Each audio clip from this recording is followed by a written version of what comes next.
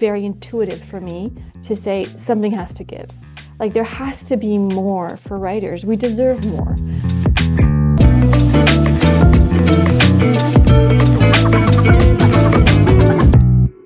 Hi, welcome to the Atticus Review webcast. This is our first edition, and we're really excited about the people that we invited today.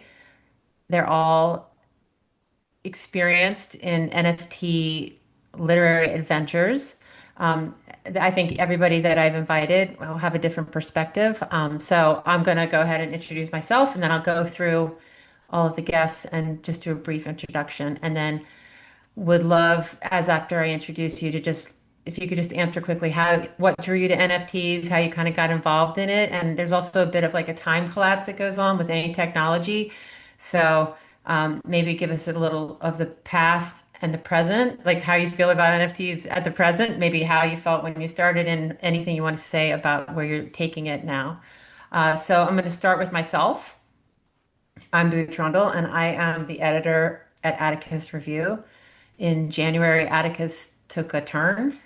It's been around for 15 years as a web literary magazine publishing on the internet, and we took a turn and we are presenting everything we publish as an NFT. And it's also appearing on the web. And so we've done two so far. So that was starting in January. I'm new. I'm a new editor. I've never edited a literary magazine before. I'm really enjoying it. And David brought me on, and I'm really grateful for that. I'm also a writer, and I published my first novel 2 years ago, and exactly because it was in June on Pantheon. It's called The Daughtership, and I've been also involved in visual art, like always. As long as I've been writing, I'm sort of a person who needs to express myself in a lot of different ways. So then I'm going to go over to David Olimpio. David is the publisher of Atticus Review, and he has been with Atticus Review throughout its lifespan for like 15 years, on and off. Not Maybe the not at the very full, beginning. yeah, Yeah. not at the very beginning, but Maybe he not in the very beginning, but for a long time. And he was sort of the mastermind behind the shift over to NFTs. So, David, I will let you say more about yourself and NFT, what drew you to it, and where you're at now. hello everybody, nice to meet y'all. Yeah, I started with Atticus in 2016 and was the publisher for about 5 years. And I think for me during that time, especially towards, as the pandemic hit and everything, I started researching more on blockchain technology. And to me, it was just, and I also have a long history as a web developer. I've been doing websites since 1999. So I'm basically like a old school HTML coder. But I've always been fascinated with, web technologies, and I found myself frustrated in the online publishing space as far as the the business side of it and like the business model part of it just never made sense to me, and I never really agreed with like a sort of a subscription model or anything. And so when I learned about blockchain, I just was like, this, if I'm understanding this correctly, which I don't know that I am, but it seems like perfect marriage of for like online assets and online art, basically. So yeah, so I just got more and more into it. It just, and then I took a break from Atticus for a couple of years, um, and then sort of got sucked back into it a little bit. But as I came back into it, I was like, if I'm going to do this, I'm going to do it this way. So anyway, so that's kind of where I came from and where I'm at now. I'm also a writer. I have a collection of essays that I published in long time ago in 2016, and working on another thing right now. But yeah, so that's a little about me. Thanks, David. So now we'll switch. I think we'll go over to Katie and Joe because you guys come as a package a little bit, at least the way that I discovered you.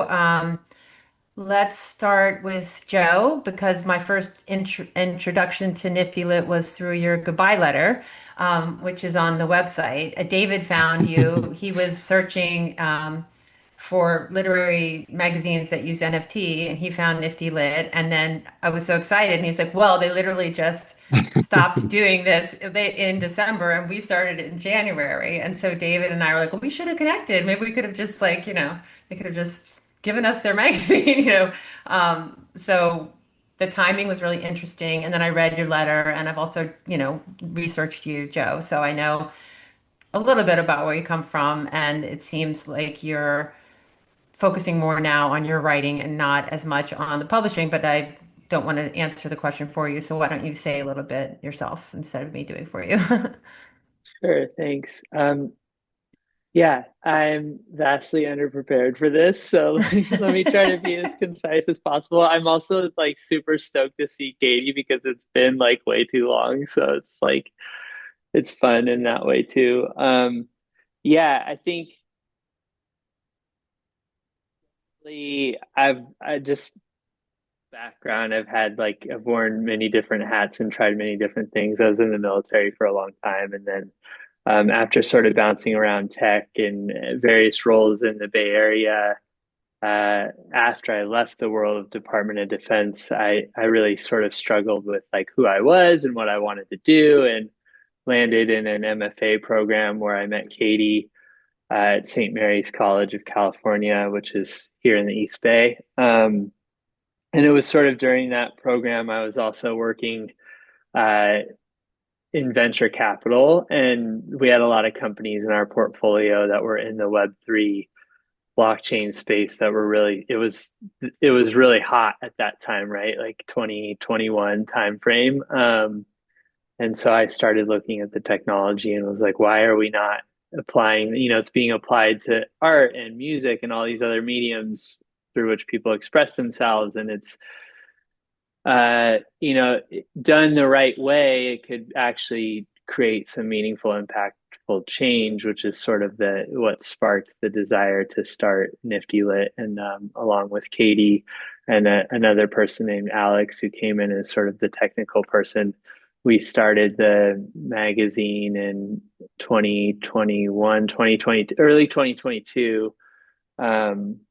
And then sort of iterated on what a literary NFT was over the course of the next like 18 months or so, before we all kind of know what happened in the industry sort of in that time, and so Would you then mind, made would the you mind going into it a bit for listeners who may not know?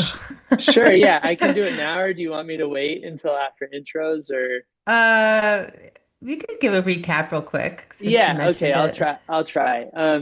Yeah, so we had a model where we used what's called like unlockables, which was basically like in order to read the material, you had to own the NFT. So we would open everything for like a reading period.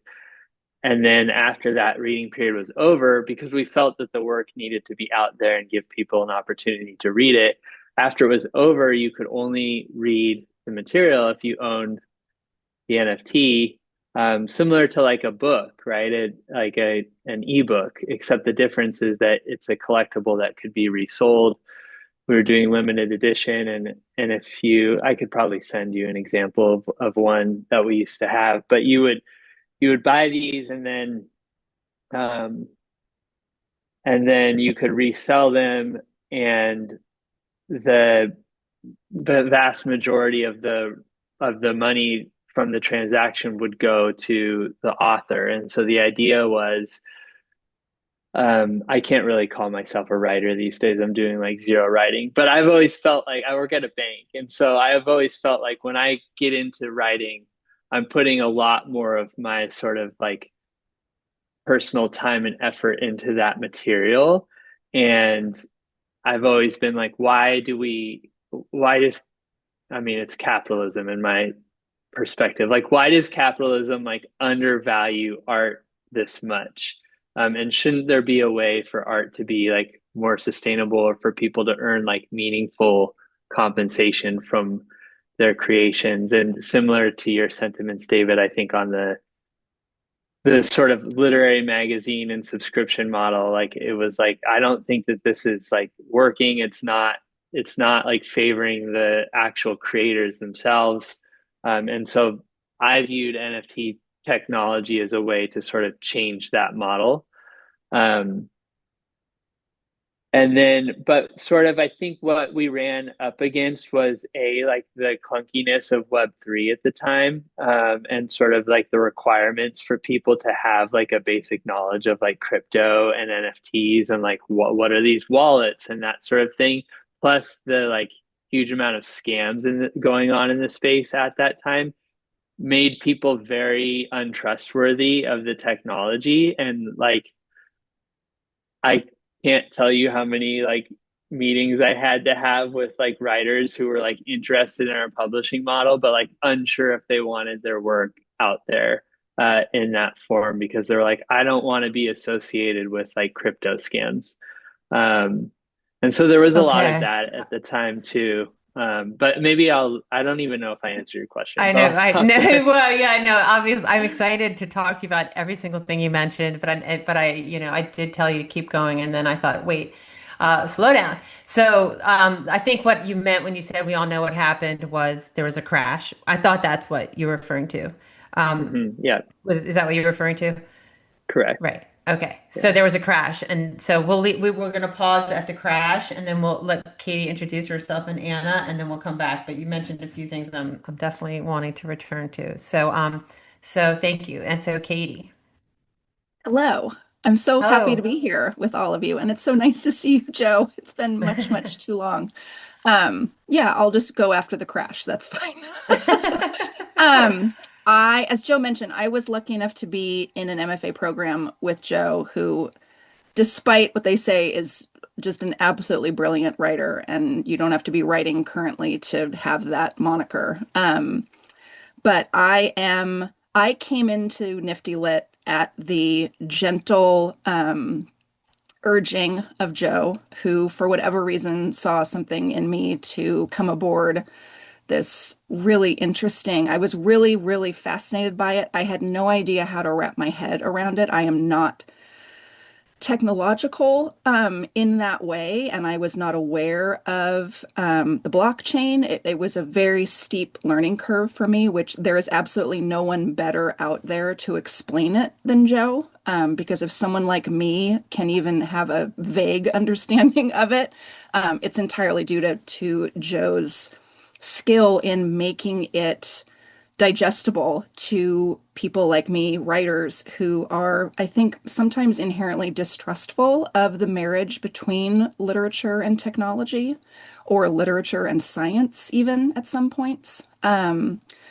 So I came aboard as the editor-in-chief at Nifty Lit, which honestly was one of the great joys of my life. Not only that I got to work with Joe, who is remarkable in every way, but I got to, I think Joe was the one who really helped people understand the technology behind it, how to navigate through the blockchain, how to navigate through getting your wallet, and sort of understanding what this means for writers to have their work out there in this new capacity.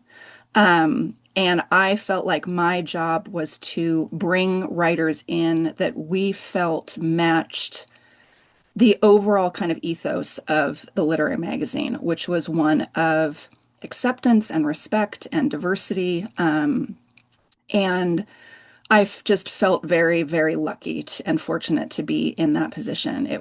We worked with wonderful writers over the course of Nifty Lit's life, which I think is shorter than any of us wished it to be, who were excited to jump aboard something new. And the idea, I think, of writing being, as Joe said, being given the monetary strength that that it needs and deserves, was something that really resonated with our artists. We also had bespoke art created for each of our short stories, poems, essays, etc.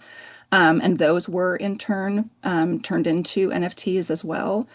So it's just this really beautiful marriage of art and literature. in this really new and intriguing format.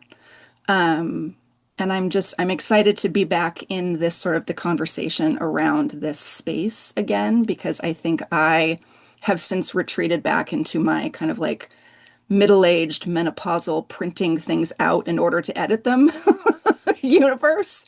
Yeah. So I'm excited to sort of like reinvigorate this part of my brain through this conversation. So I'm just really happy to be here with you all. Thanks, Katie. Yeah, as long as there's paper, I'm going to keep printing on paper personally until the paper's not there anymore.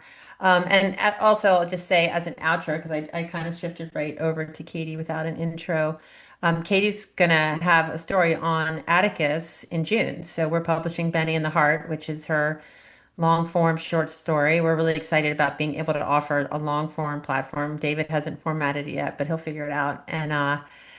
Yeah, so I met, like I said, I saw Katie as the editor, and then I reached out to her, and we had some synchronicity going and things we're interested in. And also, I just happened, well, I won't go into detail, but it was at one of those moments where, like, oh my God, the universe brought us together. And so, yeah, I'm really excited that Katie's short story is going to be on Atticus Review. It's minting in the end of June, last Thursday in June. I'm So I thrilled. will. Thank you. It's been fun. And speaking of the joy of editing, I've had a lot of fun editing your story. So now we'll shift over to Anna. And as a bit of intro for Anna, like David knew of Anna right when we started up. I think Anna, you're just one of those writers that's known for being connected to NFTs. I know you have other things you're known for, but you're definitely like it seems like from looking at your website, you have so many accomplishments, but you also have this kind of cutting edge NFT. It looks like you sold something at Sotheby's, you sold a poem, like you sold, you've had some financial success with your NFTs, and you're also just cutting, right there on the forefront of NFT poetry. I mostly see that you write poetry. You may write other genres, which I hope you'll say if you do. And I think you're also a performance artist, it looks like. So you're just a very multidisciplinary artist who is working the NFT like experience. At least you were. Again, I know there's like a time collapse here. Every day something new happens on the blockchain. So please get us current if I'm not current enough. And welcome.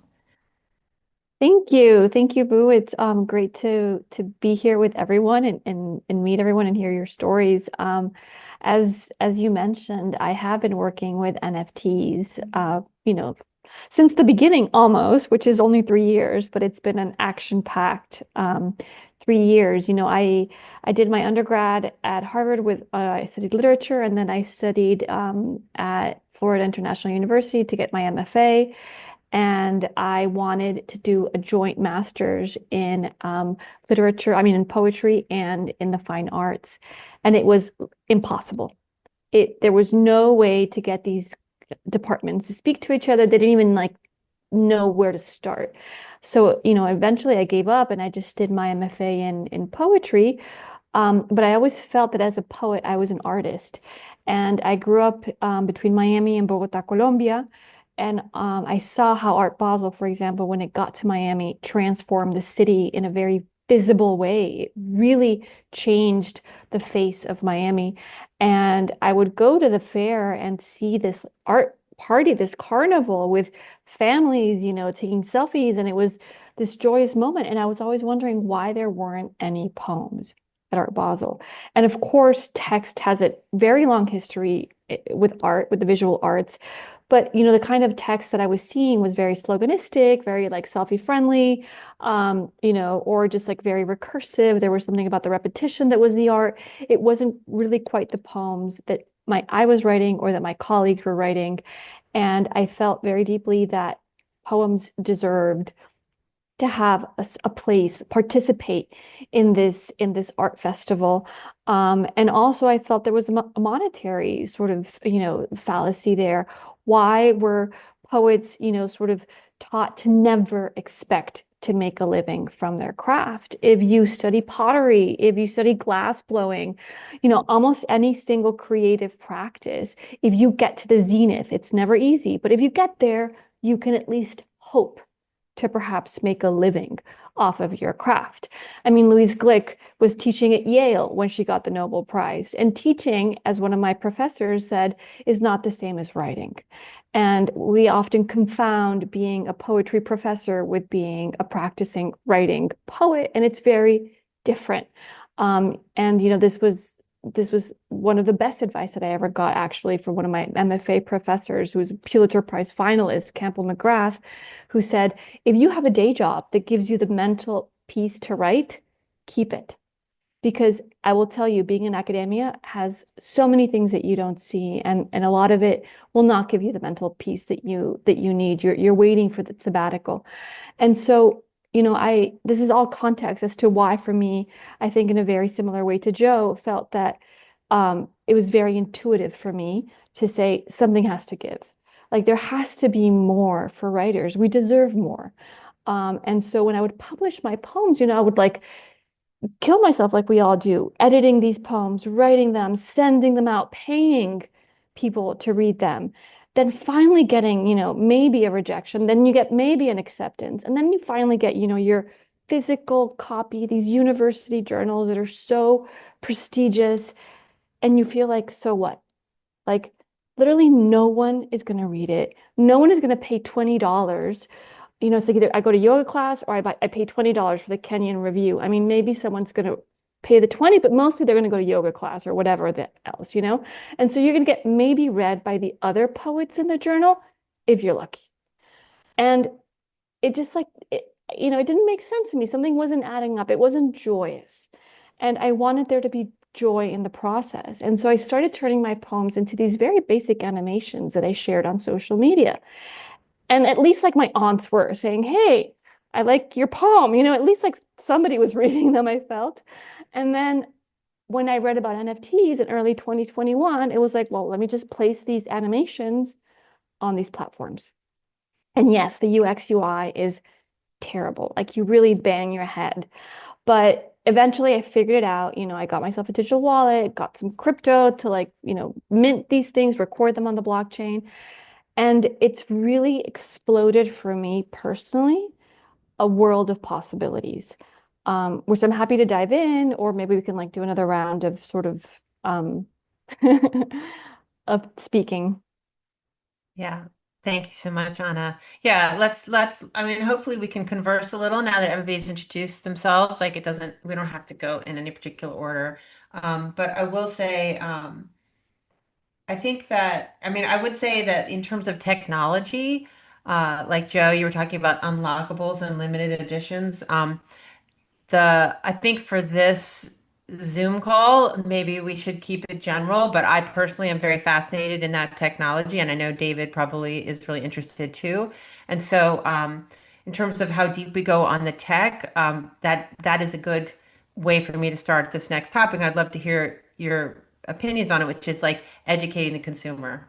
Because I know I read that, Joe, in your, I think it was in the letter that you wrote, that it was just too much work to educate the readers and the audience to get them to get a wallet and buy an NFT. So let's just talk about the education involved in bringing people in. And so let's start with you, Anna, just because you were just talking about like your aunt, like you were talking about how, and David, this is so funny because David and I had a kind of conversation about, who's going to buy these NFTs. And I remember him saying, your aunt, and I was like, my aunt doesn't even have a cell phone, and so like, how do you find, like, it's a stumbling block for sure. And so I guess, Anna, if you could talk a little bit about who's buying your NFT, who's the audience, and then we can, open it up to everyone else, David, Joe, Katie, just in terms of responding. Perfect. So I have a great example, actually. I've published 6 books of poems, books in Spanish. I've published also a nonfiction. So I've had different experiences with different publishers. All of them have been published through submitting the work and a literary prize, or like, let's say I haven't self-published, the real hard sort of way of publishing. And one of the books that I published is a collection of short stories that I actually published through an NFT publishing house called Alexandria Labs. And we released it as an edition of 100 NFTs. And I actually didn't have unlockable content, which means that you can only read it if you pay. So it was free for anyone to read on the website of this NFT publishing house. And we sold out the first 100 editions in 48 hours. And I got paid 2,000 or something dollars from those sales. We sold them, really, really affordable priced. And those $2,000 is more than I've received than any other book of the 5 other books that I've published. And it was really exciting because it was sort of like this big online event and with people buying them and like wanting to support it, even though they were available for free. So for me, there's 2 lessons there, which is one, you have to have that community before you kind of release it, I think, in order for people to want to buy it. And the second is that the UX UI of this publishing house is really seamless. You can use a credit card to buy it. So there were people who, like people on Instagram, and we'll get into that later, but Instagram is kind of like people who buy with fiat, with normal currency. And then people on Twitter or X is really where, let's say, the crypto audience is. And that's where people will be likely to have a crypto wallet, and it'll be easier for them to engage with your work in that way. But I had people like, my aunt's kind of crowd wanting to buy the NFT.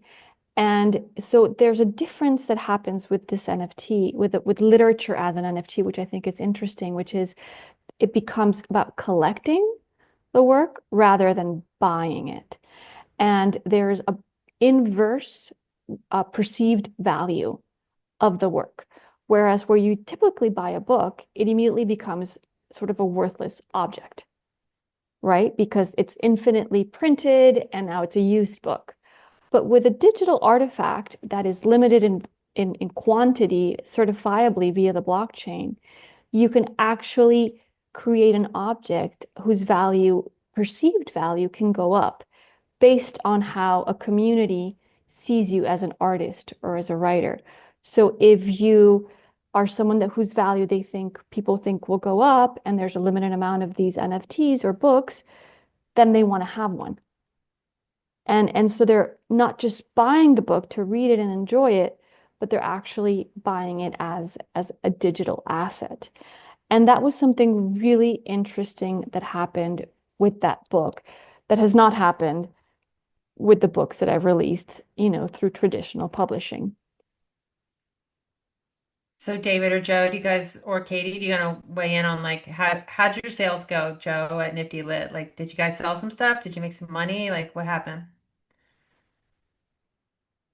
We sold some stuff. Yeah, that's probably a fair assessment. I think it's funny. Like Anna's bringing up Alexandria Labs, and like at 2 years ago, it was sort of like a very small world of the people who were sort of pursuing this publishing model. And so I think it's Amelie is the CEO there, and there were a few others that we sort of like had a small chat going of like, how do we make this work? And like some of us were doing some publishing together because there was sort of different methods to go about actually like publishing the NFT and getting it in front of people, and just sort of like trying different ways. And I think the like Katie's heard this so many times, but like the Venn diagram of like crypto people and writers, like the overlap is like very, very small, right? And so when we first started, I think we recorded a video of like how to like buy one of our literary NFTs, and it was like 40 steps or something. And then when we ended up partnering with this other company to sort of make our own marketplace and do like, oh, you can purchase with a credit card and fiat, and you don't have to deal with all this clunky stuff. We got it down to, like 10 clicks or something like that. So it was like exponentially better.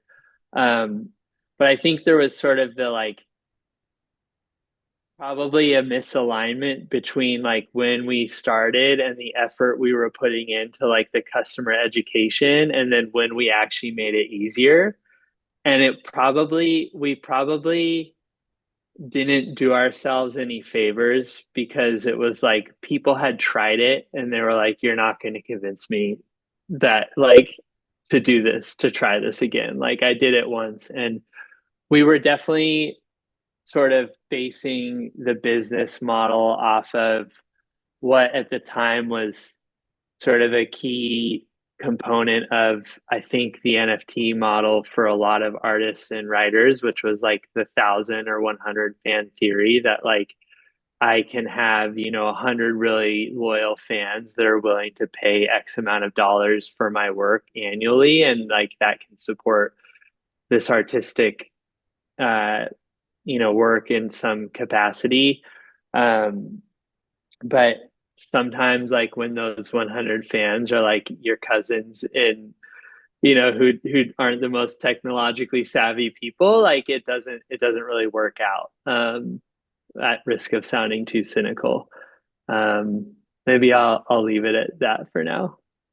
I think that's right. That makes me think, Joe, of our first NFT was a piece by a man named Paul Heller, who's a beautiful playwright from San Francisco that I've known for years. And I think when we first started, it was like, let's sort of think of who we can cash in some literary favors on and have them be early adopters to this. And so we both reached out to sort of our larger spider web of writers to see who would be interested in hopping aboard and trying this out with their writing. Um, and I think Paul was a really interesting guinea pig only because he is so established as a writer, as a playwright, and was almost, I mean, he had some questions. He definitely had put Joe in the hot seat a couple times with his sort of curiosity about this thing that he really didn't have much of a base of knowledge in, but was completely willing to hop aboard then and was very enthusiastic about it. And it was, it's a beautiful piece. It was a beautiful piece of artwork that went with it. Um, but what I think I learned from that is that, yes, we can have our 40-step video and we can have our 10-step video. But ultimately, what happens is the writers themselves are the ones who are promoting their work to their particular circles.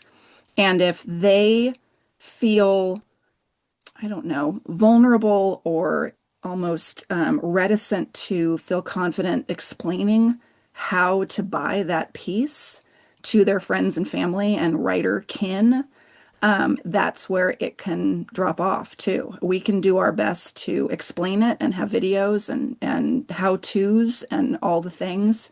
But I think it was really a matter of educating those ambassadors, those literary ambassadors who are seeing their work, and then arming them, for lack of a better term, with the right way to explain this to others who are equally as blank slated as I was in the beginning and as Paul was in the beginning. And so I think it's just interesting. And I loved what you said, Anna, about sort of the idea of collecting, because I think that's something that Joe and I talked about quite a bit, is this idea of once you've sort of purchased and you have this almost emotional ownership of this beautiful piece of writing, then you could build your collection of that writer. It's almost like buying first editions of things and having them on your bookshelf and having that pride of ownership that you are an early adopter. You found them, when they were still kind of germinating in their literary success. And I still think that that has so much potential. I really do. I think that there is something, I mean, I know I'm not alone in, loving a particular poet so much that I'll just be a magpie for anything I can find to put on my bookshelf. And I think with this technology, you can do that. There can be that really beautiful kind of symbiosis between consumer and artist, that just can continue to be tapped and developed. David, I know you have thoughts on that. Yeah, I've got so many thoughts. I love what all of you have said, because it's so kind of validating. I'm selfishly, I feel very validated. But Um, yeah, just to add to what Katie was saying, and then I have another comment too about what Anna was saying, but um, is like, my feeling is like, um, what this, I don't know, this era reminds me so much of when I was becoming a web developer at the beginning, and how people were having conversations about the New York Times and about how these magazines were going to transition to web, and there were arguments over how all that was going to happen, and people were ultimately wrong about like what worked online at first, like they wanted things to be like print magazines, um, and that wasn't how we use the internet, and that's not how we consume things on the internet. So, and I was frustrated with that bridge a lot with with the literary magazine as well, because you hear people talking a lot about we're going to release this issue. And to me, like, I'm like, nobody reads an issue. Like, the whole idea of an issue just didn't make sense to me online anymore. And so, because what I saw was just releasing a piece of writing, and then we would get, based on that writer's following, we would get sort of traffic based on that. But it had a lot less to do with Atticus review than it did the writer.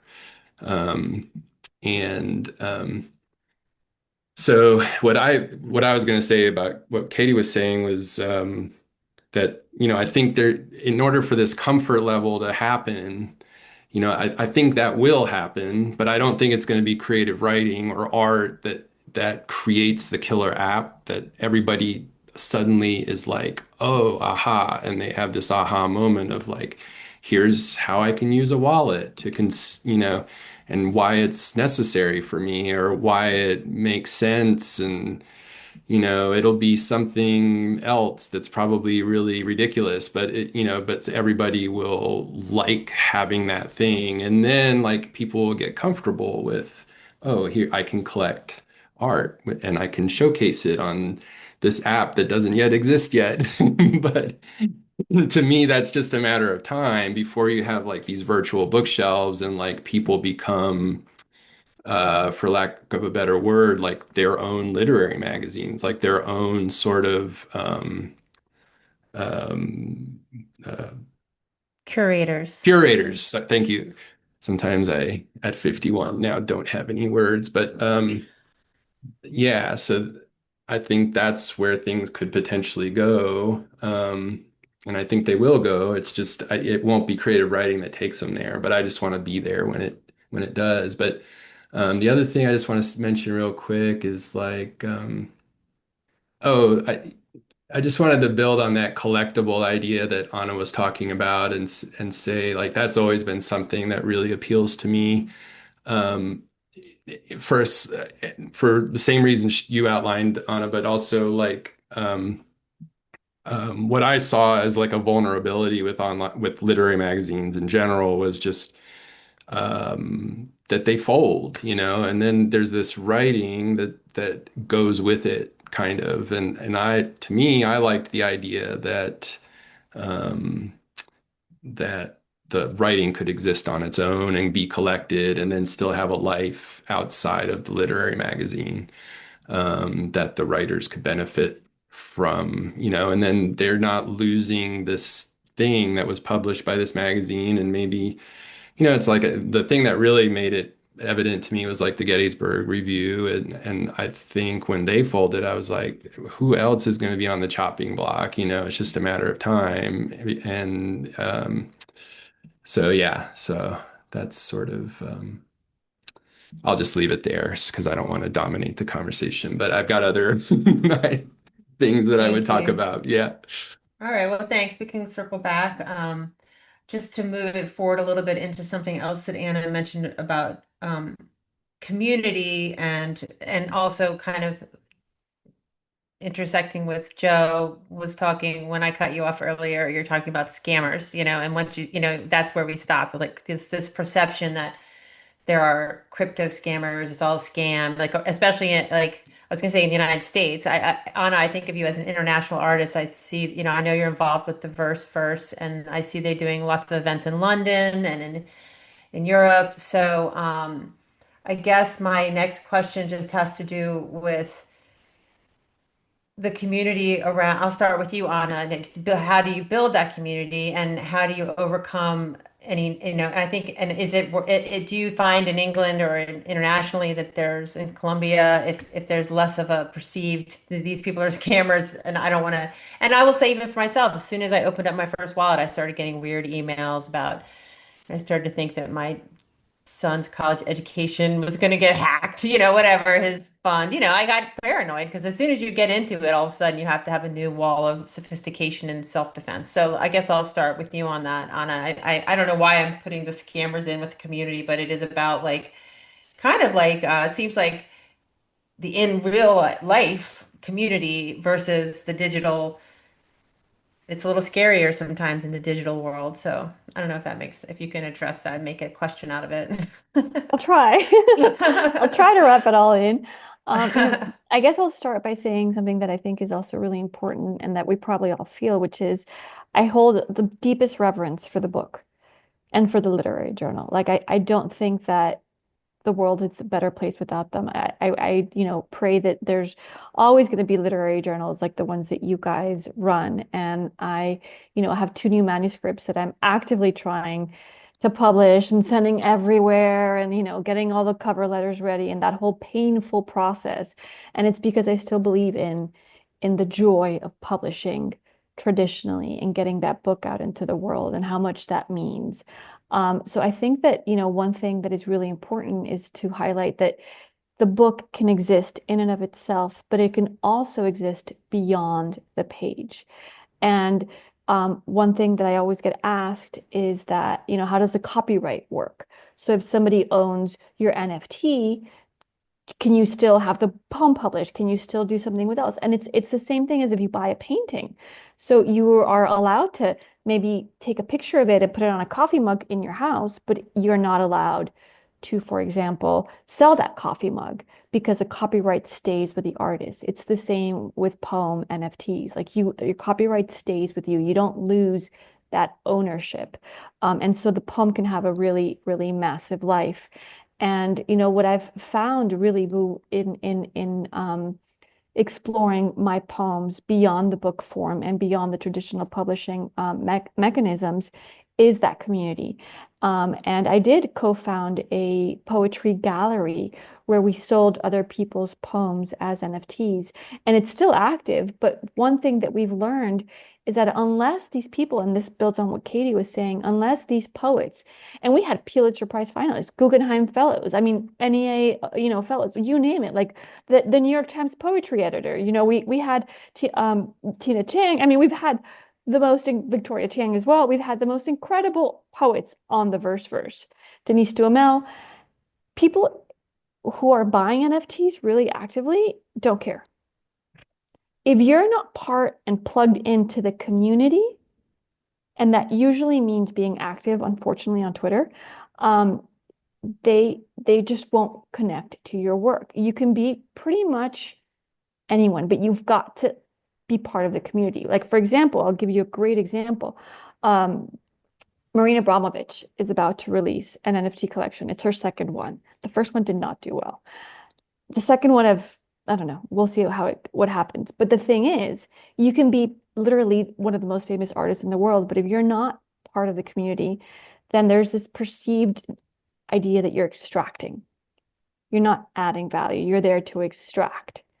And I think it's really important for people to know that. And one thing that we've sort of learned at the Verse is that what's important is to educate poets.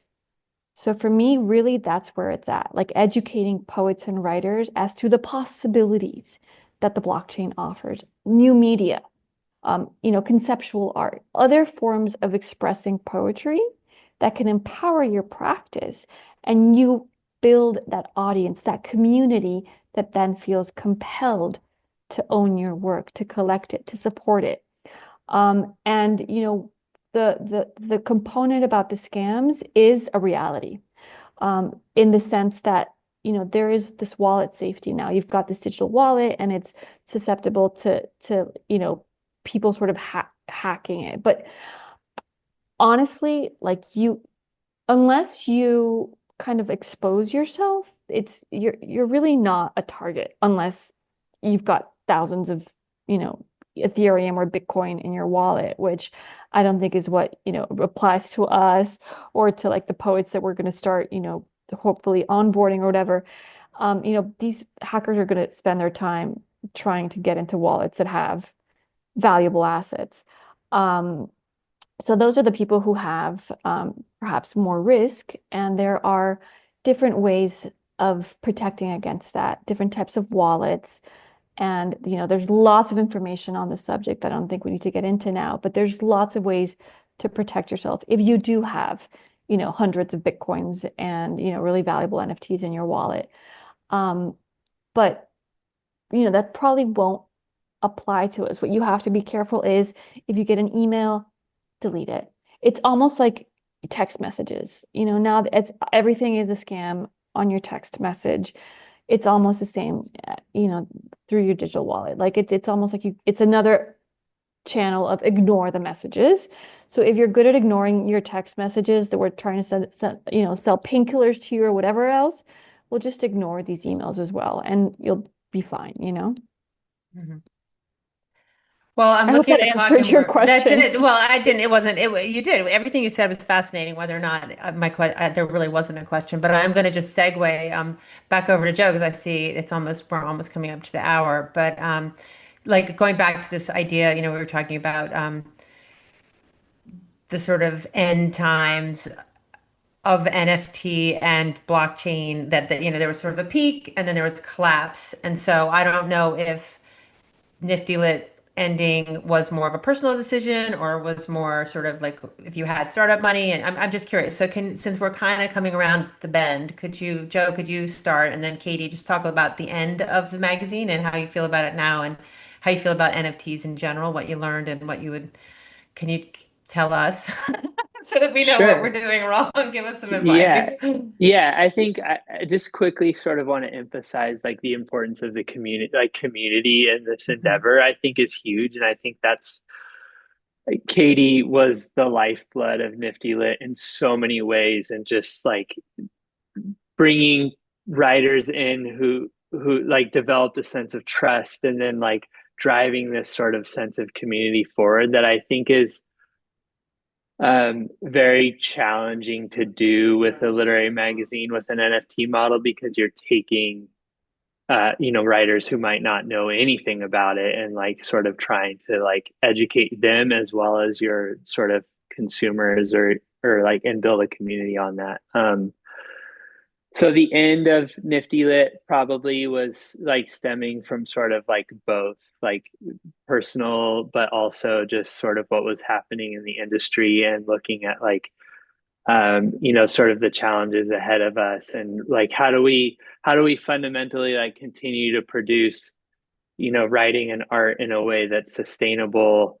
And it was no longer going to be the NFT model at that time. I think that's not to say that had we not, continued to like grind it out, that maybe it wouldn't have changed. And I'm still involved in the blockchain in some ways with another startup, and we sort of looked at publishing as a use case still, and so I'm happy to talk about that later. But I do think there's still a lot of value in the model, and I think that as the technology sort of matures, and I'm close to the startup industry still, and I follow Web3, and I think that there is a future for it. I think I personally sort of welcome the regulation that's happening, because I think what's going to happen is it's going to create more trust with mainstream users, who might be more willing to consume media through the blockchain, because they know like, okay, there's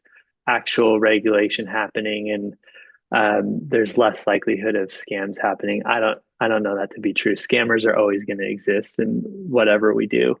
Um, so yeah, I don't know. Again, I don't know if I answered your question, but I think it was probably both. It was sort of like personal feelings of like needing to move on and sort of throw in the towel and be like, I gotta go and see what's next. And I think I don't want to speak for Katie, but I think when we sort of started, we knew that it was going to be sort of a journey, but it wasn't gonna, if we weren't going to allow it to sort of like be like, we're going to do this until, it takes away from everything else in our life. Um, Well, that sounds like a healthy way to go into an endeavor, especially yeah. a literary endeavor. All right. Well, I guess we're kind of rolling around into our goodbyes. So, Katie, so thank you, Joe. And Katie, as an editor and as a writer, we're, like I said, well, first of all, I just want to say I'm really glad we got you together, Joe and Katie, because you guys are really validating each other. I hope you both feel good at the end of this call because you obviously had a really good working relationship. I hope someday David and I can share that kind of online love for each other, but it's just nice to see. It's just nice to see because it's like you have a passion for writing, you came together, you made something, and it is really fun. And I'm like I said, I'm having fun as an editor. So Katie, do you want to just talk a little bit about the editorial side and like what you're doing with that now or how it informs your writing now or if it does, that kind of thing. It does, and it's so interesting, and Joe doesn't even know this. So I again, not to, toot Joe's horn even more, but I mean, honestly, like what they created was really remarkable. And I don't think that the end of Nifty Lit has anything to do with sort of our collective belief in it and our collective passion for it. I think that I see it more as almost like a relay. I feel like we did something really wonderful and the baton is out there to be picked up by someone. And I'm delighted that Atticus is taking up that baton and running with it. And I just wish you all the success in the world. Um, it is interesting. This just happened a couple days ago. I have a collection of Flash coming out next week, actually. And Congratulations. oh, thank you. I mean, it's very small press, very small run. It's very kind of bespoke looking. They sent me my 20 whatever copies, and they're really lovely. But, again, like unless you know me or no one's gonna look, no one's gonna see that, right? Like no one, it's not going out into some mass hoo-ha, right? And I had a student, I teach at St. Mary's now, and I had a student ask me, wouldn't it be great if, because they particularly like one of the Flash more than others, which, more power to them. And they asked, wouldn't it be great if I could just buy one? And I thought, oh, honey, like you have no idea what that question is bringing up for me. Just because, but I think it speaks to what you were saying too, David, of like, there's the issue, but I think we all could agree that there's that one thing in the issue that really sticks with us and that somehow we kind of, I don't know, for all intents and purposes, we kind of tattoo on ourselves, that is that one thing that really struck us in that issue, and you wish you could sort of carry that around with you. And I think that this model, once people can understand it and trust it, right, and feel like they are part of that community and don't feel intimidated by it, which frankly is how I felt coming into it, that, oh God, am I ever going to be able to wrap my head around what this actually means? It would then give people the opportunity to buy that thing that really means something to them and continue to amass this very personal collection of pieces that can come from every different kind of artist, established or not, that will then speak to their own particular relationship with words and with images. And I just think there's something really, really beautiful about that. And we may have been too early, we may have been right on time, and it just didn't, whatever it is, it's not for a lack of love for what we did and what we think. And so I'm just really excited to see what you do, and we'll be applauding you all the way. Well, you're up next, so we'll see what happens. David, do you want to say anything like in closing about, either the collectible aspect or the what Katie was just talking about?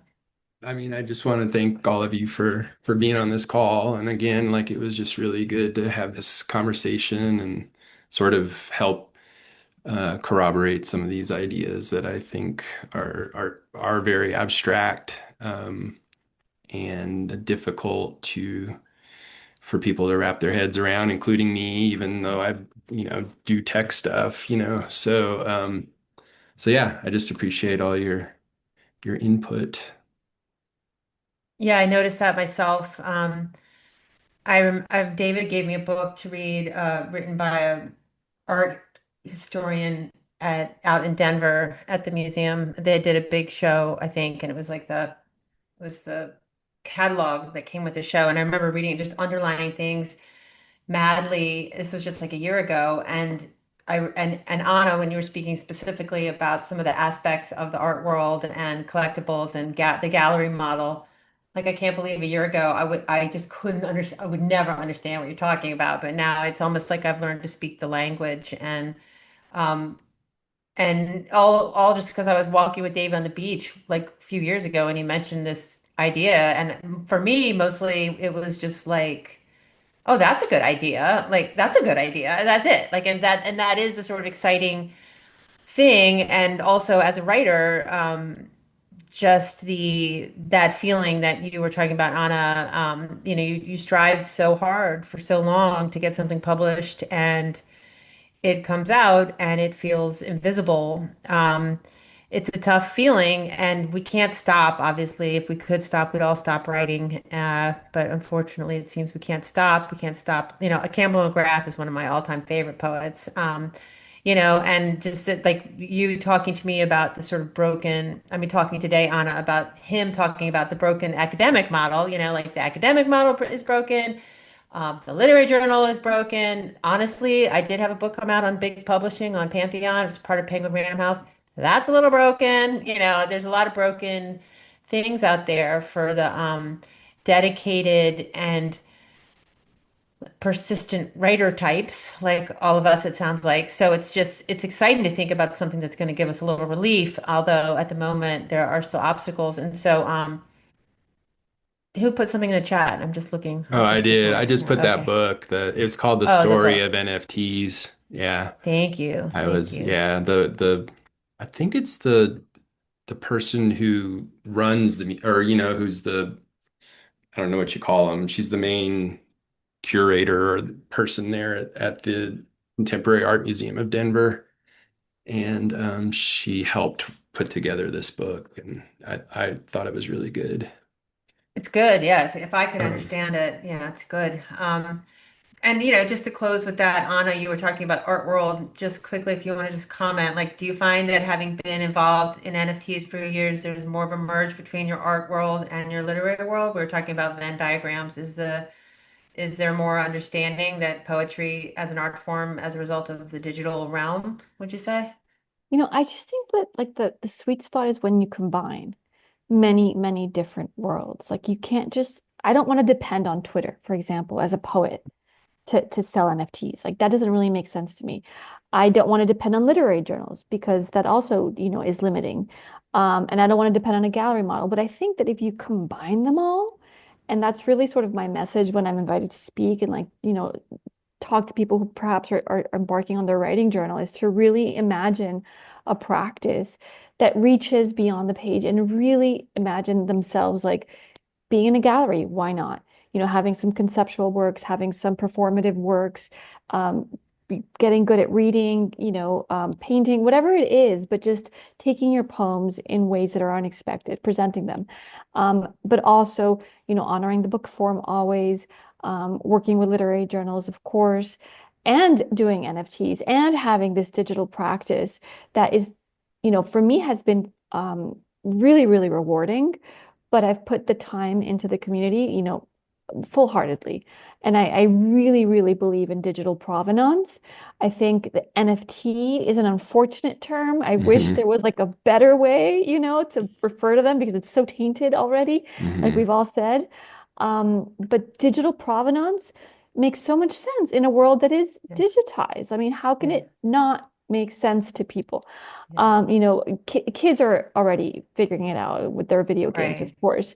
What if Penguin Random House had an NFT Harry Potter that all of a sudden, if you bought the first 100, then you get like, the special, um, you know, prelude of whatever J.R.R. Tolkien was going to get. For me, publishing houses are so far behind the curve. Like young adult readers is like waiting to explode because the psychological leap from a painting to a digital artwork is huge, right? That it takes people a long time to do that jump.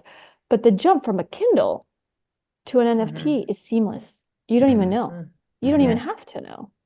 But what happens is I have no idea who's bought my books on Amazon, but I know exactly what digital wallets own my Oh, NFT. yeah, that's a good Mm. point. So I Yeah. am able to communicate with these digital wallets. I can send them things. Yeah. On that Well, topic, I know probably all Boo's right, itching to this is the go, but can last I part, just yes. add Thank one, you, or Anna. there's Yeah. just one Go thing I ahead. meant to ask both Joe and Anna, because you both mentioned fiat purchasing, and I know that's a possibility with the technology we're using, and not to get into I don't know, for the purpose of this, not to get into the technology too much, but I think the main question in my mind is that ownership aspect of it, and did did you wrestle, or if you did create a way for people to buy things with fiat, did you wrestle with that sort of philosophically or theoretically because they weren't really owning it in a wallet? I know there's ways that you could sort of like send it to a wallet that sort of owns it for the meantime, and then they could always go get it if they wanted to. So I don't know. Does one of you want to sort of talk about that, the fiat aspect? I quickly, no, I didn't wrestle with it. Okay. But we created there's custodial and non-custodial wallets, and the Mhm. way we created it was such that, sort of like you mentioned, if people wanted to transfer it to a custodial wallet, because they were knowledgeable enough to know and care about that, then they could. So we were sort of trying to approach like best of both worlds. Um, Today, my unsolicited advice would be to make it as easy as possible on the consumer. And if people are generally like, if they really care about that aspect, then like maybe there's a way for them to do that. I think generally there is with where the technology is at now. But I think if somebody wants to read and enjoy the art that is the writing, then I don't know if they're as concerned about like, what kind of currency it's in and which wallet it's in. That's speaking very broadly. Thank Yeah. you so much, Yeah, Thanks. Joe. And I think I agree. oh, good, good, good. I'm glad you agree because we don't have time to argue. Yeah, I just want to say in closing, thank you so much, Anna, Katie, Joe, and David for being on our first ever Atticus Review webcast. And I don't even know if we're going to call it a webcast, but that's the best thing I can call it right now. I think also in closing, I want to just focus on something Joe just mentioned, which is this idea of the technology where it is now. I think that's something that David and I talk about a lot. It's exciting to be working on something that could evolve. It's exciting to be in I guess, at the forefront of something. It's still very early days, despite the fact, like you said, Anna, it's only been 3 years. There's been a certain curve. I know blockchain's been around a lot longer. I mean, not a lot longer, but relatively. So, yeah, it's just exciting. I think it's exciting. I mean, art and literature have been around for thousands of years, but this is a new way to present it, and we're trying to keep up, and we'll see. And I love that you brought in the young adults because I have young adults in my house, and it's a different they have a different relationship with reading, and that's just how it goes. So thank you very much, and we'll end it there.